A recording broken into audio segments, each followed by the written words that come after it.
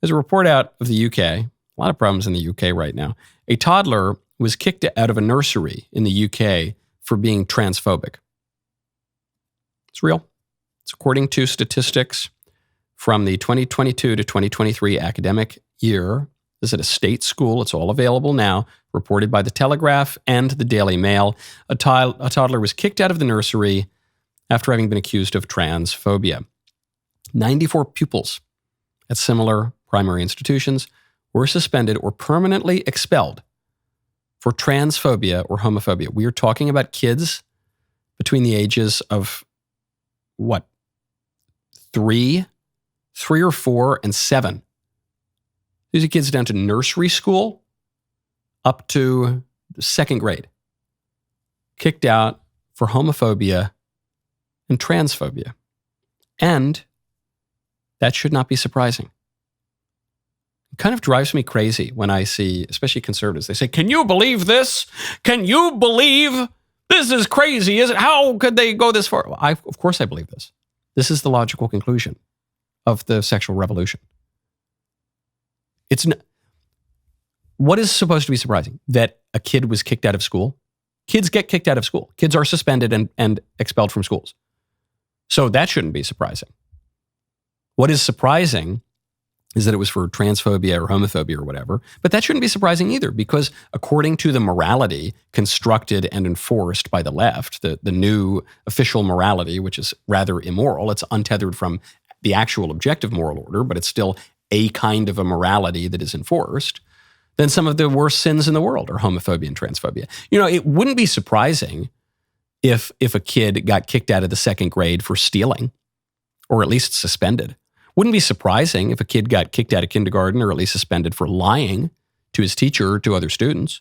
Wouldn't be surprising if a kid got expelled for becoming really violent with some other student, even down to the nursery school age.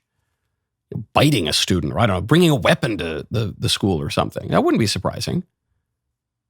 So in a traditional society, in a normal society, those are the kinds of things you'd be punished for: stealing, lying, committing violence. But in our ridiculous modern liberal society, those actual sins are replaced by fake sins like homophobia and transphobia. In a world that constantly challenges our beliefs, now is the time to stand tall and boldly proclaim the truth.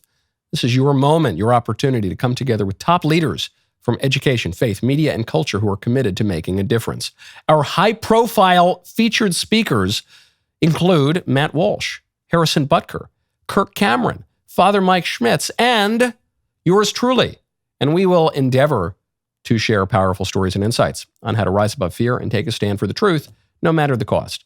You will be empowered to fearlessly stand up for your values and beliefs, knowing that you are called for such a time as this. It's going to be a great night filled with VIP parties, photo ops, meet and greets, and a call to action that will leave you inspired. This is more than an event. It's a call to action. Together, we will ignite the courage needed to transform our culture and bring light into the darkness. All proceeds benefit furthering the mission of Courage Under Fire and Regina Celli Academy to change our culture through education, arts, law, and the pro-life cause. Regina Celli Academy is the largest and only nationally accredited classical homeschool hybrid with 23 locations and counting across the country. To learn more about Regina Celli Academy and the gala, head over to courageunderfiregala.org. That is courageunderfiregala.org. Use code IGNITE10 to receive 10% off your ticket today. That's IGNITE10, the number 10, not the word 10. Hurry! Tickets are selling fast. This should be totally expected. Kind of like the two-tier system of justice in the UK. If you insist upon diversity and equity and inclusion and artificially boosting certain groups and artificially, well, even if you just engage the former, you're going to necessarily have to suppress artificially other groups. Same thing here. No surprise at all. So if you don't like that, then it can't just be, oh, well, this is crazy. Kids shouldn't have to deal with this until they reach the 5th grade. No, then just the reason it's wrong is because transphobia is a ridiculous concept, because transgenderism is a ridiculous concept, because it's a false anthropology. So just forget about it. Stop thinking about transphobia. That's not the sort of thing that anyone should be punished for. Homophobia, what does that mean?